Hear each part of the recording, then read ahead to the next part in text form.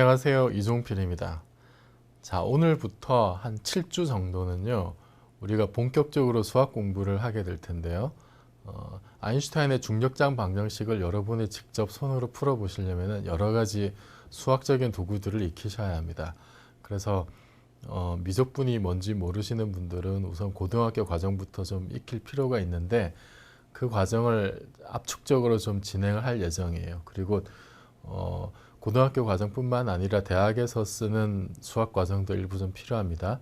그 부분도 들어가 있으니까 여러분이 이번 기회에 한번 수학 공부를 제대로 하신다고 생각하시고 좀 어렵겠지만 쭉 따라와 주시기를 그렇게 부탁을 드리고요. 그래서 지금부터 이제 한 7주 정도 하는 수업은 여러분이 직접 손으로 풀어보시는 게 굉장히 중요합니다. 그리고 우리가 짧은 시간 안에 여기서 이제 모든 유도 과정을 다 할 수도 없고 모든 내용을 다룰 수도 없으니까 좀 여기서 아주 다 커버하지 못하는 내용들은 다른 참고 서적이나 이런 거를 꼭 한번 따로 찾아보시기를 부탁을 드리겠고요. 그래서 오늘은 그 이제 첫 수업으로 그 수식과 함수라는 제목으로 이제 강의를 준비해 봤습니다. 그러니까 고등학교 수학 과정의 이제 첫 출발점 부분이라고 생각을 하시면 될 텐데요. 그래서 우선 자 첫 번째로 그 우리가 다뤄볼 내용이 이제 집합이에요. 집합은 여러분들 고등학교 때 수학을 공부하셨던 경험을 떠올려 보면은 항상 첫 단원이 집합이었죠.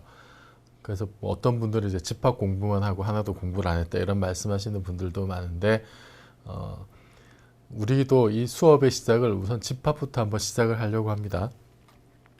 근데 집합이라고 하는 거는 집합론도 이제 수학에서 꽤 이렇게 깊게 들어가면 상당히 어려운 내용이긴 합니다만 우리가 그냥 고등학교 과정의 첫 출발점으로 이제 집합을 잡은 거니까 간단하게만 정리를 하고 넘어갈게요. 이제 집합이라고 하면은 어떤 대상을 명확하게 기준에 따라서 그러니까 명확한 객관적인 기준에 따라서 분류를 할 수 있는 그렇게 그 분류에 따라서 모인 어떤 그 대상들을 총칭해서 우리가 집합이라고 부르죠. 그래서 집합을 쓸 때 보통 이렇게 씁니다. 그죠? A는 1, 2, 3, 4, 5 이제 이런 식으로 표현을 합니다. 물결선에 가로를 쳐가지고 이 안에 이제 원소를 쭉 쓰기도 하고 아니면은 이제 이런 식으로 표현을 하기도 하죠. X 해서 X는 5 이하의 자연수 이렇게 써도 되죠. 네. 그래서 위에 쓴 표현이 이제 원소 나열법이라 그러고 아래쪽으로 쓴 걸 조건제시법이라고도 하는데 이 경우에는 이렇게 대표적인 어떤 숫자를 하나, 문자를 하나 쓰고 이렇게 세로줄을 끈 다음에 그 세로줄 뒤에 이 대표적인 원소 X가 만족하는 어떤 조건을 이렇게 써주면 되는 겁니다. 그래서 이걸 조건제시법이라고 그렇게 하죠. 그리고 이렇게 쓴 경우에 이제 1이라는 숫자는 집합 A의 원소니까 1이 A의 원소다 이런 식으로 쓰고 10은 A의 원소가 아니라서 이런 식으로 쓰기도 합니다. 그 다음에 집합 B가 있어가지고 B가 1, 2, 3이다. 그러면 이 1, 2, 3은 모든 원소가 A에 다 포함이 되니까 그때는 이제 이런 식으로 쓰죠. 그래서 이렇게 그 옆으로 이런 식으로 쓴 기호가 이제 포함 관계를 나타내는 거고 그 그림으로 그리면은 이렇게 되죠. 집합 A가 이렇게 했을 때 집합 B는 이 안에 이렇게 포함이 됩니다. 4, 5 이런 그림을 벤 다이어그램이라고 했었죠. 그리고 A가 B에 포함되고 B가 A에 포함이 되면은 그때는 우리가 A, B가 이제 같다고 하죠. 같은 집합입니다. 서로가 포함이 되면은. 자, 그런데 우리가 그 집합을 할 때 이 집합이 그 집합 중에서 여러 가지 집합이 있는데 그 중에서 좀 중요한 내용이 어떤 거냐면은 이 수의 집합이에요. 수의 집합. 자, 앞에서 지금 1, 2, 3, 4, 5 이렇게 썼는데 이걸 좀 더 확장을 하면 이제 이런 집합을 쓸 수가 있겠죠. n이라고 했을 때 이거를 1, 2, 3 해서 지금 집합 A는 이거는 그냥 그 원소의 개수가 그냥 이렇게 5개인 거잖아요. 그런데 이게 그 원소의 개수가 무한히 많은 게 있을 수가 있습니다. 뭐 그 중에 대표적인 게 이런 집합이죠. 이거는 결국 뭐냐면은 이게 자연수의 집합이죠. 자연수의 집합.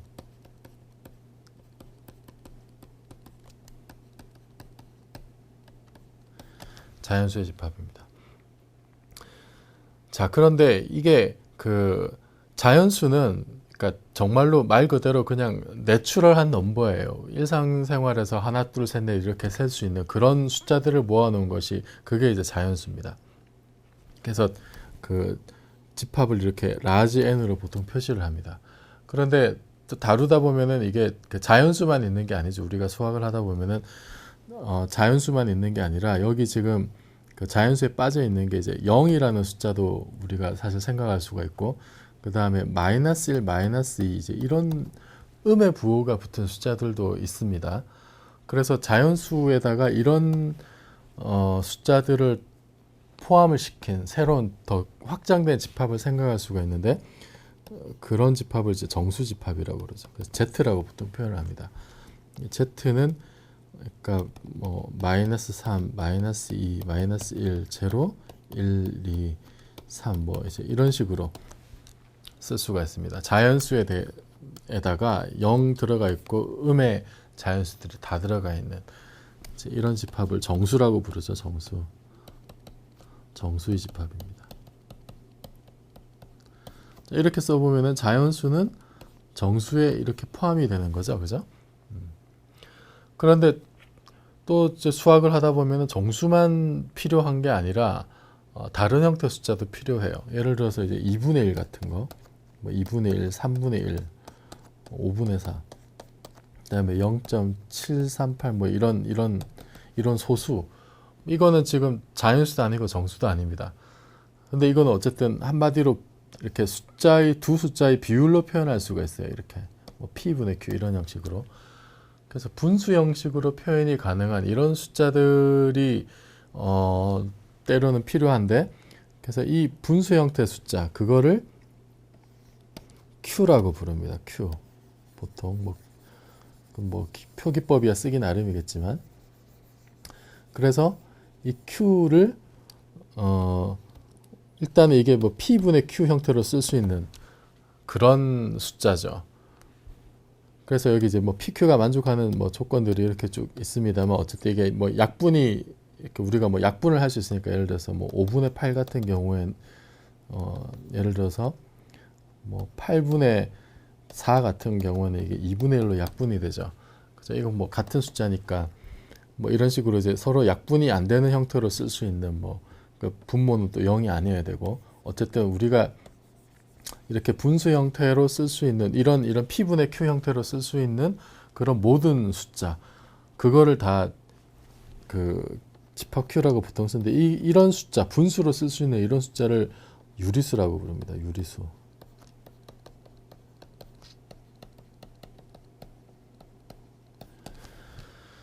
자, 유리수는 이게 그 영어로 이제 rational number라고 불러요. rational number. 이제 rational이라는 게 뭔가 이성적인 숫자다 그 얘기죠. 그러니까 이제 이성적으로 생각할 수 있는 그런 숫자라고 이해를 할 수도 있지만, 여기 이제 ratio라고 하는 게 비율을 뜻하는 겁니다. 사실 그죠? ratio라고 하는 게. 그러니까 이거를 어떤 숫자의 비율로 쓸 수 있는 그런 숫자가 사실은 여기 유리수의 정의에 더 적합한 말이긴 해요.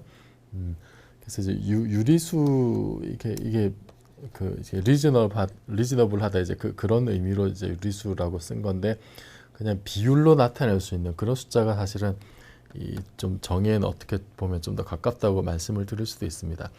근데 이렇게 그 유리수의 집합은 예를 들어서 정수 중에 마이너스 3 같은 경우에는 뭐 1분의 마이너스 3 이렇게 쓸 수가 있잖아요. 그러니까 모든 정수는 전부 다 유리수로 표현이 가능합니다. 그래서 정수의 집합은 다시 여기 유리수의 집합에 이렇게 포함이 됩니다. 그러니까 정수가 더 확장이 된 게 이제 유리수 분수로 표현할 수 있는. 그런데 이 유리수 말고 또 다른 숫자들이 있어요. 유리수 말고. 그 레셔널 넘버가 있으면은 레셔널에 반대되는 말이 이레셔널이죠. 이레셔널. 이레셔널한 넘버들이 있습니다. 그러니까 말 그대로 비이성적인 내지는 뭐 이제 분수로 표현할 수 없는 그런 집합들이 있는데 그거를 무리수라고 하죠. 무리수의 집합이 있습니다. 무리수의 집합을 이제 보통 뭐 이게 이레셔널이니까 이걸 뭐 i라고 이렇게 뭐 쓰기도 합니다. i는 뭐 어떤 거냐면 어떤 숫자인데 이게 지금 p분의 q로 쓸 수 없는 그런 숫자예요. 분수로 표현이 안 되는 겁니다. 분수로 표현이 되면은 그러니까 두 숫자 두 정수의 분수로 표현이 가능하면 유리수인데 이렇게 이제 분수로 표현이 가능하지 않은 숫자 대표적인 게 이제 루트 2 같은 거예요. 그러니까 루트 2라는 숫자는 이거는 그러니까 p분의 q로 쓸 수 없다라는 걸 그러니까 고등학교 과정의 증명 과정에서 쉽게 뭐 할 수가 있습니다. 이거는 어느 고등학교 책에도 아마 나와 있는 내용일 텐데 뭐 이걸 이제 양변을 제곱해 가지고 뭐 이제 뭐 하는 방법이 있죠. 그런데 이런 숫자가 실제로 존재한다는 거는 우리가 피타고라스 정리를 생각하면 그러니까 가로 세로가 그 각각 1인 이런 그 정사각형의 대각선의 길이는 이게 지금 직각이면은 그런 피타고라스 정리에 의해서 이 대각선의 길이가 루트 2가 되는 거죠. 그죠? 그러니까 이 루트 2는 실제하는 숫자입니다. 가로 세로를 1로 잡으면 이 대각선의 길이가 바로 루트니까 이건 실제하는 숫자예요. 실제하는 숫자인데 단지 이렇게 그 두 정수의 분수로 표현이 안 된다는 그 차이였을 뿐이에요. 그 다음에 이런 숫자가 이제 루트 형식으로 이렇게 뭐 표현이 되면 물론 루트 4는 2니까 이거는 당연히 이제 정수죠. 그러니까 루트가 붙었다고 해서 모두 무리수는 아닙니다만 뭐 이제 제곱수가 아닌 이상은 루트 안이 제곱수가 아닌 이상은 이렇게 분수로 표현이 불가능한 경우이고 이렇게 루트로 표현이 되지 않는 숫자 중에 예를 들어서 이제 원주율 같은 거예요. 파이 3.14259 뭐 이렇게 쭉 나가는 이것도 그 대표적인 무리수죠. 그러니까 분수로 표현이 안 됩니다. 이렇게 분수로 표현이 안 되는 이런 숫자도 그 유리수에 해당하고 소수 중에 이렇게 반복이 되는 거예요. 뭐 0.718 뭐 1818 이런 식으로 같은 숫자가 반복되는 건 다 분수로 바꿀 수가 있는데 반복되지 않는 불규칙적으로 변하는 것들은 이렇게 분수로 표현이 안 되니까 그런 건 전부 다 이제 무리수로 들어가게 되죠. 그런데 어쨌든 중요한 거는 이 무리수가 실제하는 숫자라는 거 이런 식으로 실제하는 숫자 뭐 파이도 마찬가지죠. 파이가 원이 이렇게 있으면은 이게 그 지름에 대한 그 둘레의 비율이잖아요. 그러니까 실제로 있는 숫자입니다. 있는 숫자. 그런 의미에서 유리수하고 무리수의 합집합. 이게 합집합 기호죠. 이걸 합한 집합이 이거를 이제 우리가 실수라고 부릅니다. 그죠? 실수의 집합.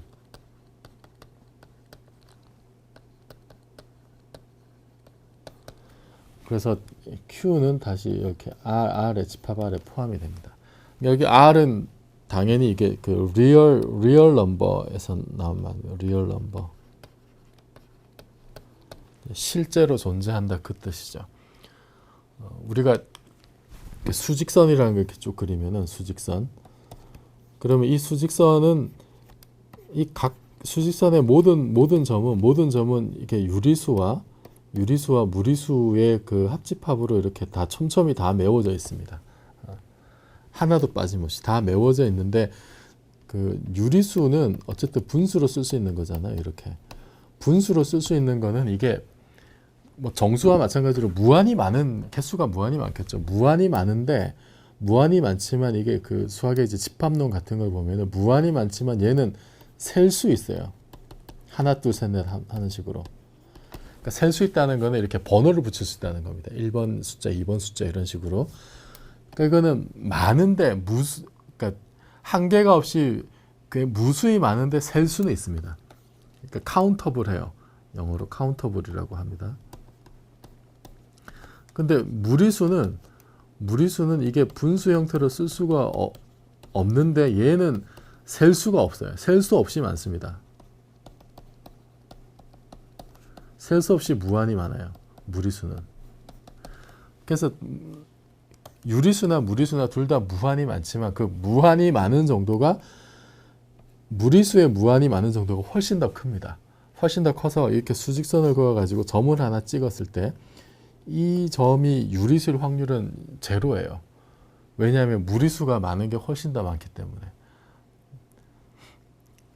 그래서 그 많은 무리수와 또 그거보다는 좀 더 덜 많지만 어쨌든 여전히 무한히 많은 유리수가 이렇게 빼곡히 모여서 실수를 이룬다는 거. 이게 우리가 이제 그 실제로 다루는 숫자의 범위 내에서 있는 그런 숫자 체계가 이제 실수의 집합입니다.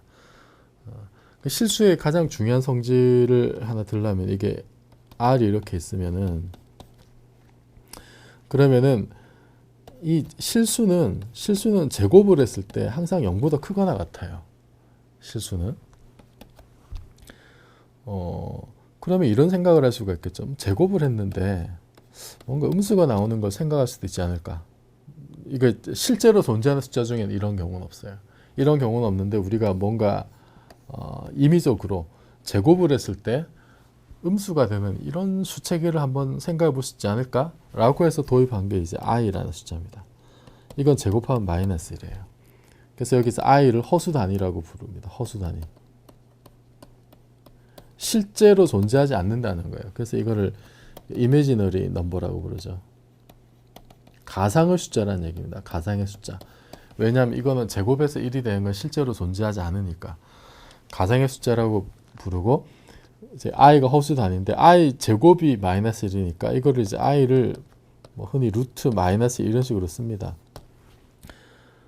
실수 범위에서는 이렇게 루트 안에 뭔가 이게 음수가 안 되죠. 이거는 제곱해서 이제 이게 나와야 되니까 이걸 제곱했을 때 이게 나와야 되니까 이거는 이 루트 안에 있는 거 뭔가 제곱을 한 숫자입니다. 제곱을 한 숫자가 음수가 되는 거는 실수에는 없어요. 근데 이게 제곱에서 음수가 된다는 건 이 가로 안에 있는 게 이 안에 있는 허수 단위를 포함하고 있다는 거죠. 그래서 마이너스 루트 2 같은 경우에는 이게 i 루트 2라는 겁니다. 그죠? 이렇게 되면 어쨌든 루트 안이 음수가 되는 데까지 우리가 영역을 확장을 할 수가 있는 거죠. 그런데 이렇게 i만 있는 숫자가 뭐 이렇게 뭐 마이너스 루트 2 이런 것만 있는 게 아니라 여기에 그 실수가 더해져 있는 숫자도 생각할 수 있어요. 1 플러스 2i 이런 식으로. 이거는 실수도 있고 뭐 허수도 있고 이제 이렇게 복합이 되어 있죠. 이런 숫자를 복소수라고 봅니다. 복소수. 그래서 컴플렉스 넘버라고 불러요.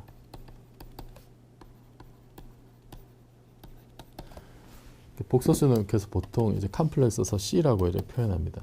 그래서 C는 A 플러스 IB 이런 형태로 쓸 수 있어요. AB는 실수고 그다음 I는 제곱에서 마이너스 1이 되는 이렇게 쓰면 이게 이제 복소수라는 얘기죠. 두 실수를 허수 단위와 결합한 숫자. 이렇게 쓰면은 예를 들어서 A 더하기 IB 이런 거를 이제 제곱을 하면은 우리가 이 나중에 뭐 제곱한 거를 전개한 거를 뭐 곱셈 공식이란 걸 써서 나중에 쓸 텐데 어쨌든 그 결과만 이제 이용하면은 이게 이렇게 되죠. IB 플러스 IB의 제곱 뭐 이제 이런 식으로 나오는데 여기 이게 제곱이 들어가면 I 제곱이 있으니까 여기서 I 제곱의 B 제곱인데 I 제곱이 마이너스니까 이제 이런 식으로 됩니다. 그래서 이 허수 단위가 있는 포함된 경우의 수식은 이런 식으로 i를 문자처럼 취급해가지고 계산을 하고 i 제곱이 있는 것을 마이너스 1로 바꿔 취급해 주면 돼요. 그래서 i 4승은 그냥 플러스 1이 되겠죠. 네. 그래서 실수라고 하는 거는 복소수에서 이게 그 i가 포함된 항이 0인 케이스에 해당하니까 실수는 당연히 이제 복소수 집합에 포함이 됩니다. 포함이 되고 a 플러스 ib를 보통 이제 이렇게 z라고 쓰는데 z를 a 플러스 ib라고 썼을 때 그때 이 a를 뭐라고 부르냐면 이게 i가 붙지 않은 부분이죠. 이 a를 Z의 리얼 파트라고 부릅니다. 리얼 파트. 그다음에 B는 그러면은 이미지너리 파트가 되겠죠. 이렇게. 네. 이미지너리 파트가 되고 그리고 이제 Z에 보통 이렇게 그 스타를 붙이면 이게 켤레 복소수라는 뜻인데 이거는 허수부의 부호를 바꾼 경우를 이제 J 스타라고 보통 부릅니다. 그리고 이 복소수를 뭐 나타내는 또 여러 가지 다른 방법들이 많이 있는데 우리가 그 복소수가 이제 왜 이게 좋으냐면은 이게 어쨌든 실수부, 허수부가 따로따로 독립적으로 놀거든요.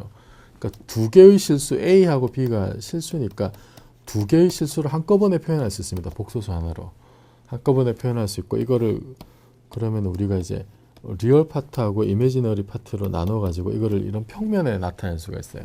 그럼 Z라는 숫자는 그냥 여기 A, B에 해당하는 어떤 좌표 평면상의 점에 해당하죠. 이런 식으로 그 표현을 할 수가 있어서 그래서 이 경우에는 사실 그 Z라는 숫자의 어떤 절대값이라는 걸 도입할 수가 있는데 이거는 이 원점에서 이런 그 실수부 허수부를 도입한 좌표 평면에서 원점에서 이 점까지의 거리로 이렇게 계산할 수가 있어요. 이거를 이제 절대값 Z라고 표현하는데 이거는 잘 보면 Z하고 Z 스타를 곱했을 때 이게 Z하고 Z 스타가 이제 A 빼기 IB니까 이게 Z하고 Z 스타를 곱하면 이게 A 제곱 더하기 B 제곱이 나옵니다. 그래서 Z의 절대값은 뭐 이제 이런 식으로 표현할 수가 있어요. 표현할 수가 있고 이거는 다시 A, B로 표현할 수도 있지만 이 크기를 뭐 예를 들어서 R이라고 했을 때 그럼 이게 여기서 R이 되잖아요. 이제 이 각도 세타를 가지고 또 표현할 수가 있습니다. 그래서 2차원 평면상의 어떤 위치를 점할 때 이렇게 가로축으로 얼마, 세로축으로 얼마로 표현할 수도 있지만 이 원점에서의 거리와 어떤 축에서 올라간 각도로도 정의할 수가 있죠. 뭐 이제 그런 식으로 표현하는 걸 극형식이라고도 하는데 뭐 그거는 나중에 필요하면 한번 다시 소개를 하기로 하고요. 그래서 어쨌든 지금 우리가 다루는 숫자 단위 중에서 제일 큰 집합은 복소수 단위이고 특히 이제 이 허수 단위가 들어가는 게 이게 그 물리에서도 상당히 뭐 굉장히 중요합니다. 뭐 양자역학 같은 경우에도 이게 뭐 항상 이렇게 허수들이 포함된 표현을 많이 쓰고요. 우리가 하는 내용은 이 수업 강좌에서 하는 건 상대성 이론인데 뭐 거기에 직접적으로 이게 뭐 복소수가 아주 심각하게 쓰이는 건 아니지만 어쨌든 숫자 체계가 이렇게 실수보다 더 큰 확장된 범위가 있고 또 복소수를 도입하면은 실수 두 개를 한꺼번에 표현할 수 있어서 편리하다는 거. 그리고 어쨌든 이게 이렇게 좌표 평면하고도 연관이 되기 때문에 두루두루 이제 쓰임새가 많다는 정도 말씀드리면서요.